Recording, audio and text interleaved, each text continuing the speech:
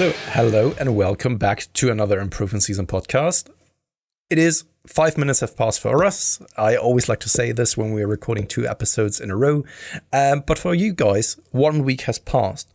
I was on holiday. I'm back now already. It was probably a fantastic trip. I really do hope that I didn't break anything, but you will get to know about this like next week.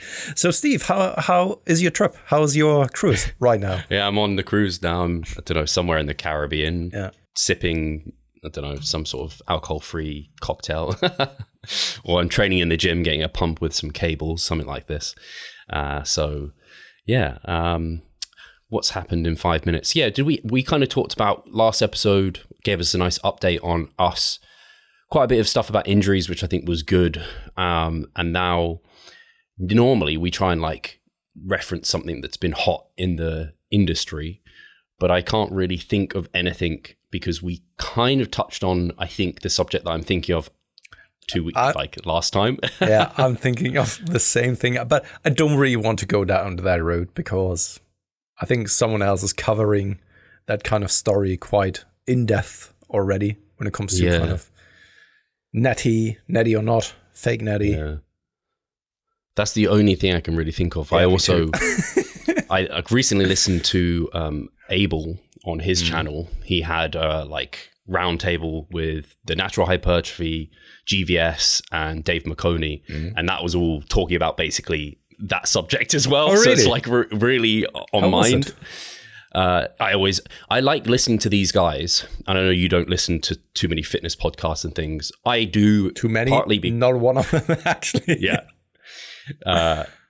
I do in part because obviously to just stay up to date with and for research for the podcast, but also I like listening to people who are similar age, doing the same thing as what we're doing basically, and just get their what are they thinking about? And sometimes I can learn something from other people that way. But also, it's similar to people listening to this. It's just like a chilled chat it's not super academic. It's just talking about what they're up to and their thoughts behind things. It's not hey, this research said this. It's kind of more easy listening, essentially. So I enjoyed it. But it just made me think of, they have this have you heard of the Noble Natties? No. It's like a YouTube group of individuals, which I don't know if Abel and Dave McConey are part of the Noble Natties, but they certainly interview these guys a lot. I know GVS is part of it. Natural hypertrophy is part of it. I think there's someone called Basement Bodybuilding. I think I remember that name being in there. I actually don't know his personal name, unfortunately. I'm bad with names though, so remembering Basement Bodybuilding is a good thing. And then, Omni-Man, Boulder Omni-Man, you referenced that at some point, I think, so you might know who he is. Do you know who I am Bold Omni-Man. Oh, well, you're not. Not anymore, no. That's true. So anyway, I think he's part of that group. But they're all similar age to us, and they all have different perspectives on things. So it's interesting hearing. But yeah, they're the Noble Natties. But I as soon as I hear the word, it's so funny how words can just I even feel sometimes bad referring to myself as natural, which sounds so weird, right? Because you see other people are why do you have to even say that you're natural? You're just bodybuilding just like everyone else. It's and then I think about it, I'm but I want people to know I'm natural because for a variety of reasons. And then they're oh, it's just because you're small, right? You just want to feel you don't want to tell people you're a bodybuilder. And then they look at you and you're what? And you're oh, but I'm natural, right? But part of it is also you want to encourage people to know this is some realistic expectations of what you could achieve naturally. Anyway, Noble Natty is a step up on talking about yourself being natural, because it's I'm proud of being natural. And I think part of I don't really have any pride in being natural. It's just a choice. I don't know about you, but I'm proud of the results I've achieved and for sticking to my guns and to that path. But whether or not I was natural or not doesn't change anything apart from one version I inject myself with things and one version I don't. My actions and behaviors and trying to be my ultimate best stay the same. So it doesn't make me more or less proud. I don't see someone who, an enhanced bodybuilder, I don't look down on them any different to a natural bodybuilder. Anyway, I've gone down this route when we said we weren't going to talk about it. No, but I think everything that you said there kind of similar to my thoughts as well. So first and foremost, there's probably a reason for why they actually then named it Noble Natty Podcast or the Noble Natties, and I have no idea. It's just based on I don't know where that assumptions, name came from, actually. Maybe it was just like they were looking for a specific name, it came up, and they had a good laugh and decided to actually go with it. Like Team Full Rom. Yeah, I don't really think that it stems from the fact of like, I think that we think that we are superior because we are naturals. I really don't believe that this is the case. While there are definitely people out there who think of themselves this way, I can't really see that they did it. Especially like we had Jeffrey on the podcast. I can't. If he did it, then just out of satire, basically, and out of making a joke out of the entire thing, out of irony, but not due to sheer seriousness of really thinking that you are superior or so. It's just unfortunate because it comes back to social media and how people read into things too much. And so people will just take whatever they want to take from that. It's like Team Full Rom's a perfect example where they're like, oh, so you must like hate length and partials because of X, Y, and Z. It's like, oh, well, Team Full Rom wasn't like that. We were like putting our stake in the sand and saying this is absolutely the way and everything else is wrong. It was just a name that came up because it worked with what they were doing. And yeah, that's the challenge, I think, with social media nowadays, especially with short form content where people can see one thing about you and judge you completely based off that. So it's like people will see Noble Natties, they see GVS is in there, for example, and they assume that he is like holier than thou natty and looks down upon steroid users, which when you actually follow him, understand him as an individual, that's not the case.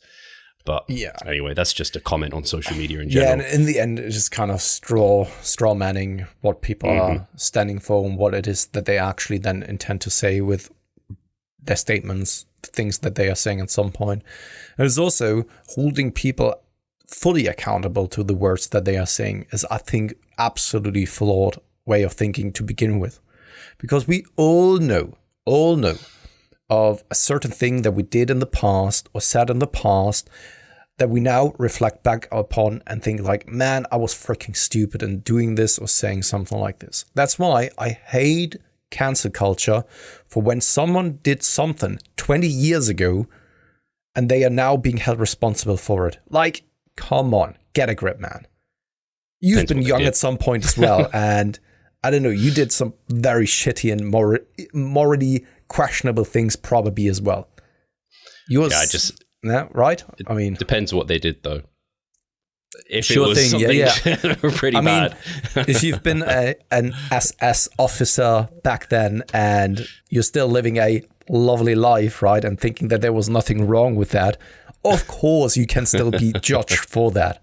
Yeah. But I don't know, if you watch some porn when you've been 16 years old and now you're in politics and it comes to fruition and as people find out about it, yeah, of course I've been wanking. What do you think I did when I was young? Yeah, I agree. The other thing that actually came up, I guess, it's probably passed a little bit, especially by the time this comes out, but it was like a discussion around like the anti-science movement. I can more and more see people getting frustrated with science, and I don't know if it's actually they're frustrated with science more than they are frustrated with scientific communication, because communication is what they're seeing, right? You can't be frustrated with science. That doesn't make sense, really, because science is what it is. But there was kind of a discussion around it. I think Omar had his debate. I don't know if you saw that at all. No. But it was like, I've forgotten the person that made the initial video of actually Alexander Bromley, something along those lines. I think that was his name. Anyway, Omar had then Milo and Pac on to like debate this because Alexander, if that's his name, made the video about like anti-science. And then Eric Helms on the Iron Culture podcast, they had an episode kind of talking about anti-science and why like he's frustrated with that movement. But I've also been talking to people within the industry who are like themselves like scientists, and they get frustrated with parts of it too. And I think it comes down to that scientific communication. We've also spoken about it where we're like, man, sometimes we find ourselves relying less on the evidence of like what comes out of papers and relying more on other forms of evidence and finding that to be more helpful and maybe balancing that out a little bit. So yeah, I don't know if you have any thoughts on anything I said there.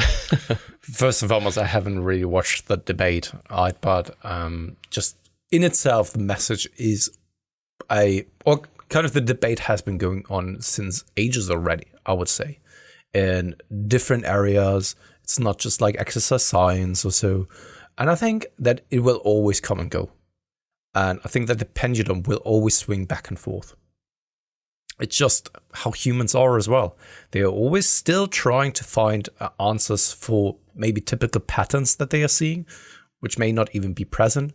They have some questions that always pop up, because if you're answering some certain questions, then new questions come up afterwards as well. This is also kind of the path of science as well. It answers certain questions to the best of its ability at that given time. And then, because of this, you can then start some new questions. You can always read that in scientific papers. Right? They are always writing it out of, based on this finding, we are now suggesting to have or look into XYZ. Right? So there will always be questions to be answered, and people are then always looking for answers for those type of questions. And if you can't answer those questions at first, people start to see things in things where there's nothing to be seen. We know this. This is also where people theorize that religion came from, where they try to make sense of certain things that they couldn't explain at that given time. And I think that right now, it's probably the same thing when it comes to kind of exercise science to some extent. Of course, not the same way with how religion came to be, but more so, there are probably some certain people that anecdotal evidence doesn't really align with scientific findings. Hence, they are then starting to disregard or start to question science in general. And I think that this is not the right approach. There's always nuances to it. This is what evidence-based practice means. There's anecdotal evidence, and then there's scientific evidence. And then you observe both and come to a conclusion based on a objective assessment of both parties. Yeah, I find it just interesting, because I think it's people get frustrated with the wrong thing again, or their frustrations come from a misinterpretation of what science is trying to give us. It's exactly like you said. It's just assessing questions, and it's giving you an answer or a idea from a specific set of situation, like a certain number of weeks, a certain population, a certain protocol. Like, it's not exactly how you do it in the real world. So you can't use science to give you the perfect prescription of how to train. It just gives you some broad generalization guidelines, and it kind of comes back to, I know some people will be like, science isn't telling us anything. Bodybuilders have known all of this for years. It's like, well, yes, science has confirmed a lot of the things bodybuilders were doing is correct. It's maybe helped us refine some certain things. And it's also like told us that some of the stuff they were doing was unnecessary. Like, fasted cardio is not necessarily superior to doing cardio later in the day. So yeah, I just find I think it's because science is becoming more and more of like a marketing tool, and maybe some people speak a little too strongly about some of the outcomes that science provides, and they are leaned too heavily on that form of evidence and not enough on individual difference. And it comes back to, again, that optimal discussion where people are trying to be optimal. They use science to be optimal. Anyone who doesn't do it exactly as science has somehow given us this perfect prescription is then not. And then people get frustrated because they're not using the scientific kind of literature and the evidence as well as I think a true evidence-based practitioner would. I know Eric Helms had Cliff Wilson on his podcast, and Eric was like, Cliff is a true evidence-based practitioner. Like he keeps a drift of the science and uses that, but also heavily relies on his own experience with his clients. And people might look at Cliff and be like, oh, he's not evidence-based because he doesn't reference PubMed studies and what have you all the time. But I think Cliff is a good example of someone who uses like both. Anyway, Brad had a good post, and he kind of finished it saying, ultimately, research allows us to establish guidelines for exercise prescription It always will have limitations and cannot replace personal expertise for individualized program design, but the best practitioners will necessarily appreciate the role of scientific evidence and use it to optimize results, which I think is a good summary. 100%. And not only that, I think that, of course, there are people out there that have an easier time interpreting certain things. And let's just now stick to the topic, and that is exercise science. And I think that people who went through a graduation process where they had where they maybe were even in a laboratory setting or so, have a much easier time knowing about the limitations, for example, and knowing also what science is about and what it's trying to accomplish. And especially when it comes to science, broadly speaking, we're using science to understand ourselves and the world around us much more in depth and better. That's all we are trying to do. But who does analyze those kind of things? It's us. And humans are full of errors. We are making mistakes, right? All across the board. It can be observational kind of errors, measuring errors, statistical errors. All those kind of things fall into line as well. So, of course, science in itself is not perfect, and it's never trying to be perfect. It's a method in trying to understand the world better in a hopefully as objective and in the most objective and reasonable way possible. Right? Yeah. It will never really give you, the individual, or never is too far-fetched, but right now we don't have the technology and the wisdom to tell you exactly what you, Steve, need to be doing in order to grow muscle. But perhaps in the very distant future, due to then technology and us still doing and collecting further studies, we may be at a point in the future where we are capable of doing so. And doing this in a scientific way is probably much more productive than doing it in the bro scientific way. Yeah, too many variables uncontrolled for. Like, that's why you want a laboratory setting. Yeah, and once again, we are the error of margin, the margin of error here. In the future, when we have technology that can calculate, which it is that we have right now already, but I mean, when we are much more in alignment with AI, for example, then we can probably calculate things much more efficiently, to which humans would never really be able to. Also, how we then measure things. Right now, if we're taking just the bro approach, which is purely based on anecdotal evidence, where it's like, I'm feeling that this is good. In the future, we may have gadgets and devices who can even tell you that something is happening while you not even feeling that. That's how far we can go probably in the future as well. And this is only possible if then science is being conducted. Yeah, no, for sure. And there's even layers to science of some evidence can be held in like more strongly than others. Like if it's I forget what the term for it is. It's like an in-subject design. If they're doing one protocol on one leg versus the other leg, it's like, hey, genetics don't even impact that because it's the same person, the same genetics. So then you can get an even better answer there. But it's all just giving us better insights into things. It's giving us a controlled setting versus a very uncontrolled setting that is real world. And that's why saying like success leaves clues is challenging, because you don't know like what clues you're looking for, because it's not a controlled environment. There's so many variables at play. And also you hear statements like, all the bodybuilders, the vast majority of bodybuilders do X and Y, train like X and Y. And I'm like, man, I have no idea. Like, do we have a survey looking at the bodybuilders, competitive bodybuilders in the world? No, you're just basing that off what you're seeing on social media. So at least science, it might not be the perfect, like it's the best thing we've got to give us better insights into things, because it's actually a controlled setting. And to be honest, and this is just my take, I think it's a very short-sighted thing to disregard science or to poo-poo on it, because science is bringing us forward. It's evolving us as a species and what it is that we do understand. There's a term called the adjacent possible, that whenever you have a groundbreaking innovation or discovery, new things will appear in front of you, right? So let's just say you have, like in physics, something that you've never really knew before. Once you see that thing, then you may be able to actually detect other things that you weren't even thinking of before. And it's kind of the same when it comes to technological advancement as well. Things need time, and understanding the human body with the technology that we have accessible to us right now, it hasn't been around for that long.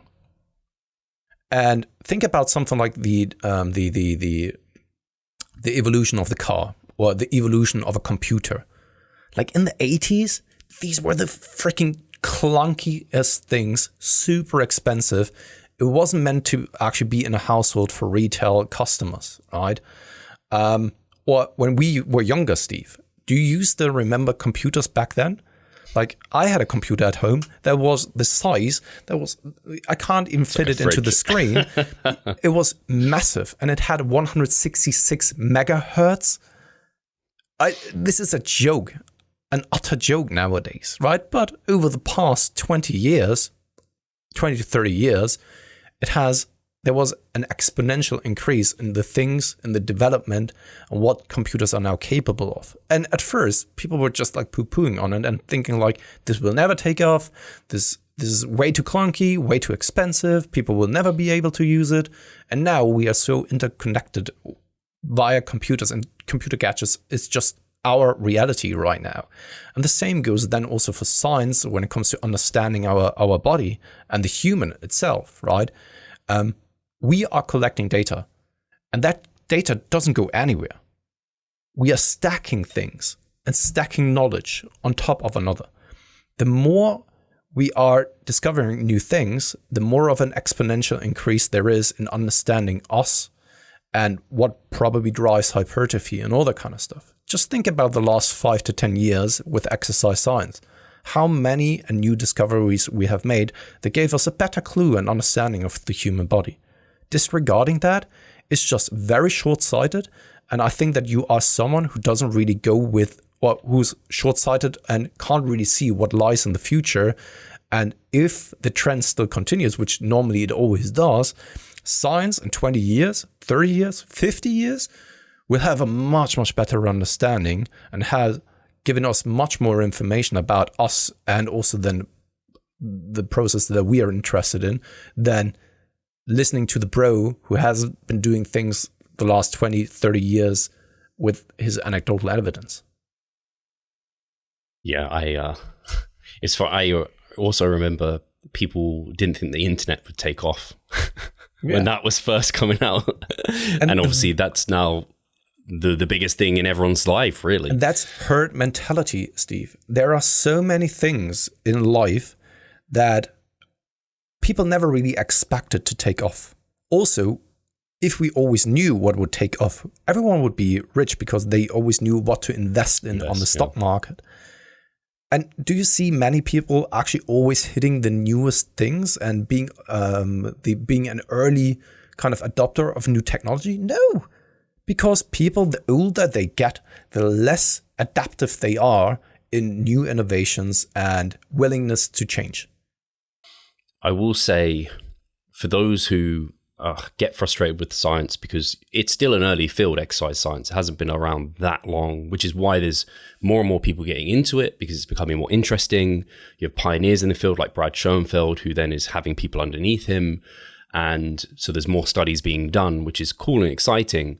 But like the fundamental principles that we kind of hold on to don't change a whole lot. Like if you think about all the studies that have come out over like the last decade, I don't think my fundamental practices of nutrition and training have changed a ton. It's like train hard with sufficient volume, back off when you're feeling fatigued, get a good high protein diet, go through surpluses, go through deficit phases to change the body comp. But they've been, like you said, and like Brad said in that post, I've used science to further optimize and refine my practices. So I think whilst my results haven't gone, and client results haven't gone from, I don't know, like 50% to 100%, they're certainly up to 10%, 20% maybe, due to slight refinements in learning and lessons. And same with my own practice too. I can't even imagine what if you're not to follow science. I don't know where I would have been. Like, like, I don't know, where would my training have gone? Like, what am I following? And the thing is, you can make much more sense of certain things and can value those in a hierarchy of importance. Because before that, it's just like, yeah, how much protein? Like, do you just base it on feelings? I don't know. I think it's more like you need to be a very good observer, and also I always need to state that humans and their capabilities of doing things, there's always a huge margin of error. And when you are when you're doing some scientific papers in science, there's most of the time more than one researcher, which then decreases the chance of human error in that entire period and also trial. And furthermore, it's once again going back to the adjacent possible. At some point, it could very well be that some scientist discovers something about in human physiology that we were never really knowing where to look at and what to look for. That's the hardest part about science. When you don't even know what it is that you're looking for, what it looks like, where to look. This is something that many people like physics, especially astrophysics, face issues with. That sometimes they don't even know what it is that they are looking for. And if you have no real idea what it is that you're looking for, how do you want to find it? Right? You may know that there's something out there. Like, I don't know, take Stephen Hawking, for example. With his theory, it was first proven to be the case like years after, Or Einstein, for example, same thing there as well.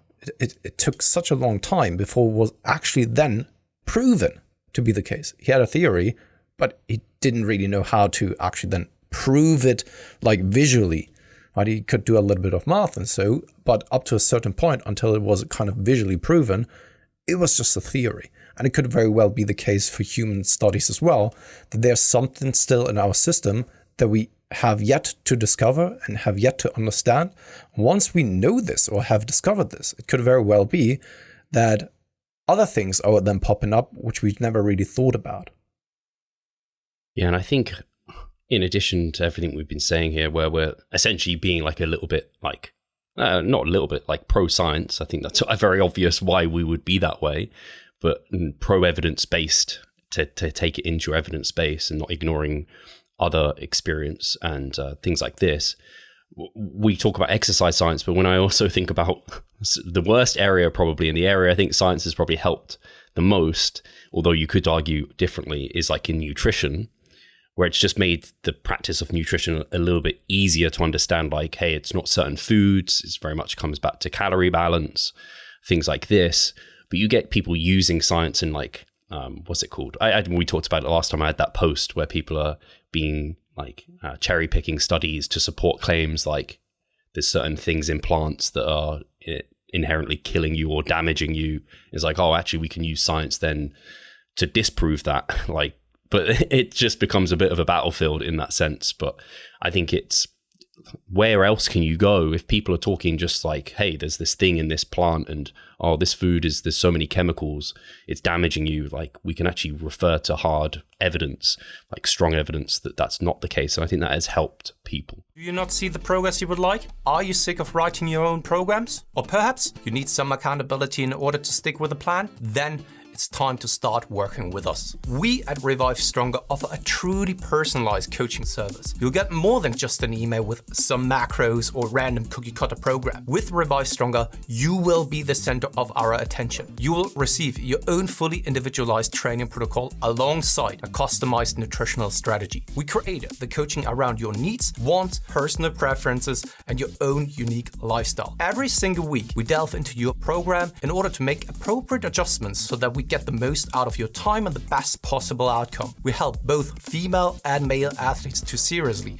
change their body composition by adding more muscle mass and decreasing fat tissue. No matter if you're a competitive bodybuilder or just want to look better, if you need help with your progress and taking your physique to the next level, our coaching is for you. It's time to make a change. Sign up today and let's revive stronger. Yeah, especially because our worldview is always shaped by our past experiences and our present biases. And if we are then, especially the older you get, the more hardened those things become. And then you can't really make some objective kind of assessments and decisions. So that's why you then try your very best with scientific or disproving your theories or hypotheses scientifically with certain methodologies. And you try your very best to do it in a manner where then human decision-making and bias is fully being taken out of the occasion. Because we can't really trust ourselves, to be honest. And that's why I'm pro-science, because I also know, well, I like to know that humans are flawed. And that's totally all right. You can still go out there and train hard and all that kind of stuff. But disregarding kind of an objective way of measuring things, while it's not perfect, is trying to explain the world as best as it can, is a better tool for then understanding the world than your biases and your subjective worldview. Yeah, I think it's just, for me, I think same for you. I like having the reasons behind things. I don't just like trusting that something works. I want to know why it's working, especially within the field that we're like specifically interested in. If I'm programming a certain way, if I'm doing a certain nutritional protocol, it's not just because my previous coach did it and so I'm just copying what they did. It's because I have a true understanding of why that should be working. And then I might even change my programming based off new literature that comes out, which helps guide my practice, as well as my own experience that guides my practice over time.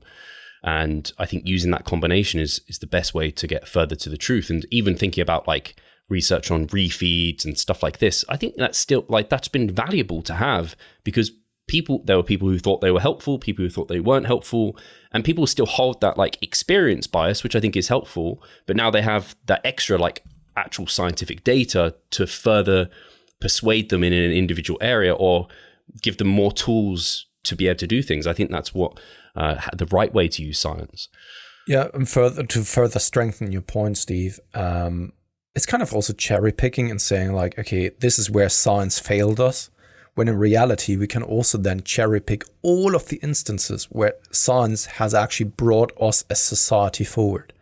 And we can even think about kind of the huge and great innovations in medicine.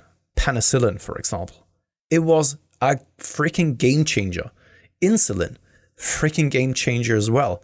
And we can talk about so many other medical innovations that brought us forward as a society. And then there are other things as well where that is the case. And of course, some theories are absolutely flawed.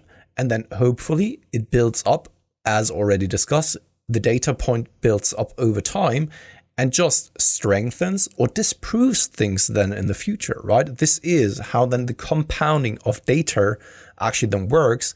It gives us over time, hopefully, a better understanding. And it could very well be that in certain areas we have we are on a completely different path right now that leads us to the wrong answers. But hopefully in the future, we're then having some technological innovations that then may even reverse course and disprove what it is that we thought was the case prior to that.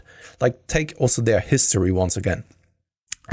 Back then, there was a method where they damaged certain brain structures and thought that this is helpful for people with mental health disability, or kind of with mental health issues, when in reality, they were just damaging the brain. But back then, he actually received a Nobel Prize for fixing mental health issues. And then just decades later, it turned out that all he was doing was actually damaging some certain parts of the brain that then caused the people to become basically muppets, you know? Yeah. And then the Nobel Prize was actually taken away from him. Yeah, that's scary, isn't it? That's you don't know what you don't know. Yeah. All you see is what there is. It's kind of that. And I think at least the criticism, I have to say, I think was specifically to exercise science versus other things. I don't think I have anything more on this topic unless you do, and I can change the script. No, change 10 minutes. The script. Yeah, go ahead. So we haven't talked about anime for a little bit. That's true. So I was going to just ask what you're watching at the moment. What are you watching at the moment, Steve? Because I feel like I've talked a lot this time around. Yeah, you have talked quite a lot. I always find myself wanting to say more, but I'm always very succinct. I'm going to say it positively. I'm very succinct in what I say, or I'm kind of, what's it called? Just short in what I say. Anyway, I'm watching Evangelion. That is what I was going to pronounce it as. Classic, Steve. I just seen quite a number of, I had this discussion with Sam, my tattoo artist. I was like, with the type of tattoos that most people are getting, I'm like, it makes sense because it's people around my age who have the disposable income to get a tattoo. And then it's the animes that they watched when they were younger. And so I seen a lot of not a lot, but number of Evangelion tattoos. And so I was like, this looks well up my street, like robots and like tech stuff and fighting. I'm like maybe not quite halfway through. I think I'm at the point where it's going to start getting like good, because it's been maybe I need, sometimes I find I have to watch things twice to really understand it and fully embrace it. But yeah, it's definitely an old one, because I can tell by the animations that it's like it's not quite up with Demon Slayer standards. So I've been watching that, and actually not an anime, but I've been watching the like live action version of One Piece, which is really? I've really enjoyed it. Like I think it's great. Like it's gonna sell me on watching One Piece more, because I'd already watched the first 5 to 10 episodes of One Piece, and this is covered those and more. And it's been I think really good the way they've done it, at least, because I know live action can get it terribly wrong, but this has been that's why I've been wanting to watch it, and that's why I was putting it off to not watch it, because I talked about it that One Piece was with me ever since I was young, and it has a special place in my heart, and I don't really want to shake that worldview of it because of something like this. I'm not certain whether it would even, but I also don't want to risk it. I have my One Piece. That world is still safe, so to speak, and I don't need anything else in that world. It's still going, right? They haven't finished it. Yeah. It entered the last arc, though. But it is said that also the Wano arc, it was very long, Steve. So only because it entered the last chapter or the last arc, it could still be running for the next 2 or 3 years even. Jeez. Oh dear. Yeah, I need to. So yeah, I'm watching Evangelion, and I'm trying to just get a few more under my belt. Like when you watch One Piece, it's not ever like I'm never gonna have it under my belt. No, man. So I need to kind of have that on the side. But yeah, I've been enjoying. I think at least from what I've heard, people who have watched One Piece and watched this have enjoyed the live action as well. So. Yeah, that's they're the only two I think I'm watching at the moment. I wanted to watch what's it called? Solo Leveling. I saw that come out. Yeah. I wanted to watch it. I haven't watched it yet. Haven't watched it either yet. Simply because I had other things on my mind right now, and also other things to do. So I watched a little bit less anime for the time being, which is not too bad though. I mean, this way you can always stack things up and save for later. But yeah, I wanted to watch this one as well because, of course, there was a lot of hype going into it. So I want to see what the hype is all about. It looks, I've heard people say it just like hooks you from the first episode. And that's what like kind of Attack on Titan did that for me. And I like it now when they hook me immediately. Whereas the old ones, we've spoken about it before, I think, they don't hook you immediately. Like, you just have to get through like the first almost 20 episodes to that's start what I feeling love like about it. Yeah, that's what I love there. about new animes. And this is also where I'm just like, when I watch now older stuff, it always puts me kind of off because they are just too lengthy to, sometimes even when you watch something like Naruto now, they have too many fillers in between. And right now the pacing on newer animes is just like bam, bam, bam, bam, bam. Yeah. Like for example, also Jujutsu Kaisen, the second season was freaking good. Because each and every single episode, there's so much was going on, right? And the pacing, they didn't really take the time to always go back and always explain it another time. There are certain animes that are older where it's always kind of like, man, Naruto is one of them. Honestly, they put in so many flashbacks, and those flashbacks you've seen and watched already kind of 20 times. So at some point it's like, I get it. I know that this happened. I've seen it 20 times now. I think, was it because part of that was they were on TV and like every week they got showed, whereas now you watch them, like I watched Naruto back to back to back to back, and so it was like, it felt worse because it was like, I know this, like I don't need to see it again. It had something to do with this, so the fillers were there to then give the animators a little bit of time to then put it, of course, into animation. And I don't know if you heard about it, but the Jujutsu Kaisen, the MAPPA studios, which animated it, they were under such pressure. I did. Such pressure.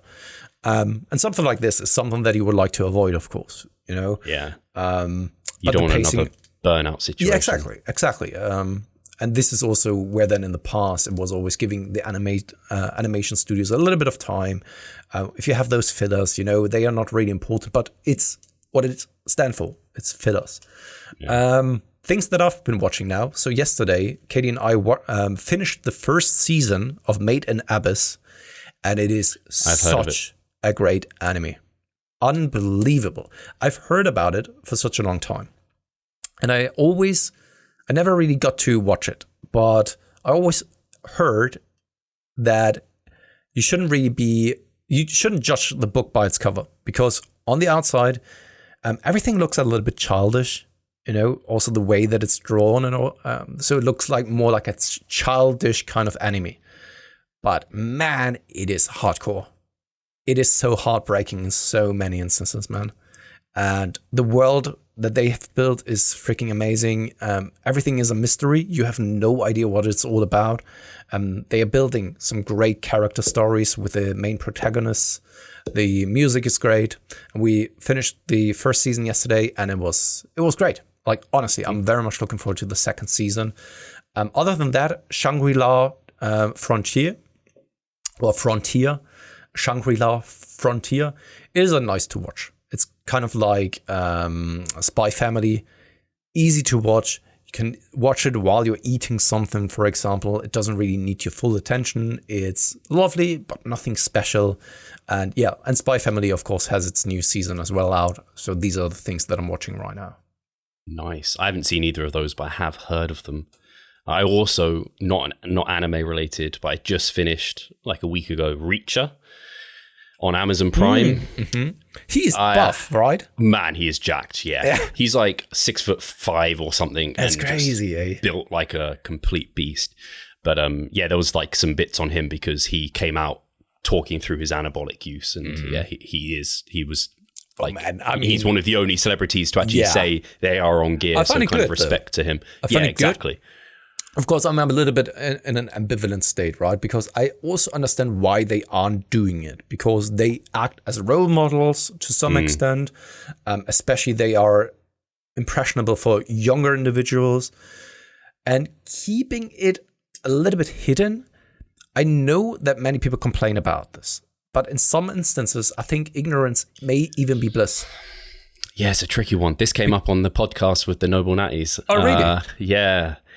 And I totally get all the perspectives. I always just come back to like a grounding philosophy of mine is like, honesty is the best policy. I know it sounds really corny, but I'm just like, but if you're going to be honest about your use and the pros, please be honest about also the downsides. And don't kind of promote it as such. Steve, when you're young, you're not listening, and you can't really put it in perspective with the downsides. You can't really grasp the consequences. Like, for example, alcohol or other drugs, for example.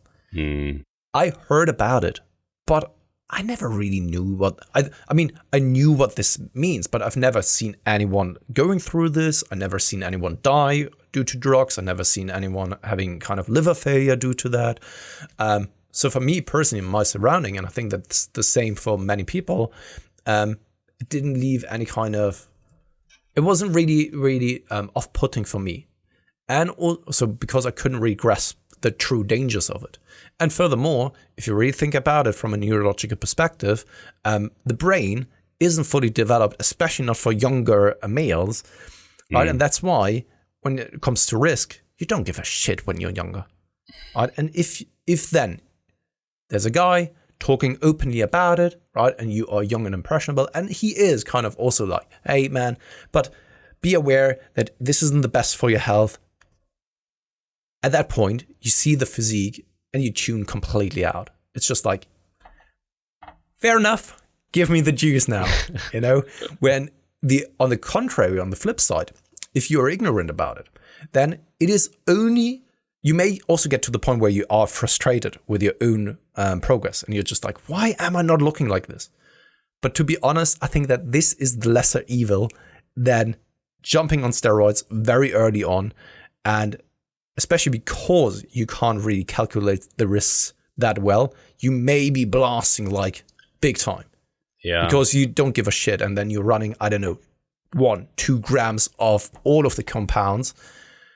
And then at the age of 30 or 40, you are already at the point where you had like 10 or 20 years of fully blasting in your system. And some people aren't really feathered by it, and some people get destroyed. And I think that being frustrated is a little bit better than at 40 having a heart attack, right? Yeah. I'm still torn on it a little bit. I was definitely a more risk-averse individual. And so I think even me as a younger, like as a child, would have still seen it and been like, oh, yeah, okay, there's risks. Avoid that. Like, I'm not doing it. I think I was ignorant to the risks of alcohol, and that's why everyone was doing it around me. It was so socially acceptable. I think environment plays a huge role in this, though, because if I had friends who were doing drugs or whatever, maybe I could have been convinced to go that way. So it's such a tricky one, for sure. And I wonder if actually the the key is not claiming to be natural. Like, if someone asks you about drug use, you don't lie and say, no, I'm not using anything. You just go, like, you just kind of, like a politician, you just go like, oh yeah, I train really hard, and I mean, I take some supplements and stuff, like whatever. You just don't actually go out there and be like, what's his name? The Liver King, and be like, oh, I'm natty, and like steroid users are complete garbage and blah, blah, blah. Yeah. Like, let people kind of read between the lines, but don't, and like a kid won't get it. It's like the jokes in The Simpsons or something like that. Like, as an adult, you get the jokes, but as a kid, you're just thinking this is a fun cartoon. Yeah.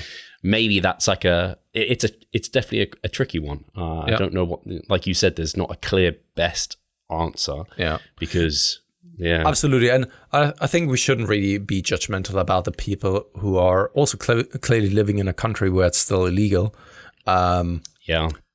And then openly talking about it, when in reality we're just forgetting about that. They may leave an impression on younger individuals who have a higher risk tolerance and are just jumping on it because now he's talking openly about it. So it's not just like a black and white thing of like, yeah, openly talk about it or keep it to yourself and lie. I think probably a middle ground or a moderate approach is probably still the best policy, in my opinion. It actually brings me back to my thought of talking about being natural and how, like, I almost feel dirty calling myself a natural bodybuilder, which to me, the more I think about it, is so wrong. Like, you shouldn't feel bad for saying that you're natural. And in fact, talking about being natural is probably a really good thing, assuming you are and you're not lying about it, because then younger people can look at this person and be like, oh, like, this is achievable naturally. That's pretty cool. Yeah. That's what I'd hope would happen. But I think sometimes they're convinced, if you've been training for 10 years and you have a semi-impressive physique, that you're like, oh no, you're enhanced because I trained for 6 months and I haven't got the muscles you've got. Yeah, that's this thing, as we've discussed last week, 2 weeks ago, rather. Yeah. At some point, when so many people have been lying about it, it also rubs on you, and people can't really, or don't really believe you, even though that you've been someone who's always been honest, always been credible. Too many other people have lied about it, maybe, all right? Yeah. Kind of guilty by association in some horrible way. On that note. Yeah, absolutely. Guys, as always, thank you very much for tuning in. Steve and I, so Steve is now on a cruise, though. I will be back next week with Mike, though. I hope that you guys are tuning in as well. I don't know what to talk about yet with him, but I'm sure we will make something happen. I think that's going to be a fun chat. So definitely tune into that, guys. And I'll talk to you the week after and all about the cruise and what I got up to. Yeah, that'll be fun. Cheers. Cheers, guys.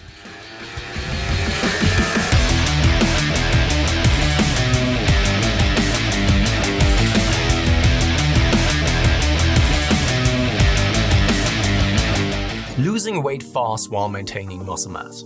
Sounds too good to be true, doesn't it? It isn't though. It's reality and we know how to do it. And we will help you achieve this. The Minicut Movement is an 8-week fat loss program to make you lose a huge chunk of fat while maintaining muscle mass at the same time. We will support you from the beginning to the end so that you see the results you would like to and come out of it much stronger. You'll receive a fully automated spreadsheet that is based on your nutritional needs. You can choose between 6 different male and female training templates. Over 30 videos will guide you through each and every single step of the Minicut so that you're getting the most out of your journey and that you always know what to do. But the best thing is that you can start whenever you want. The Minicut Movement is open 24/7. So if you want to learn more or you're ready to sign up, hit the link in the description below. So let's revive stronger together.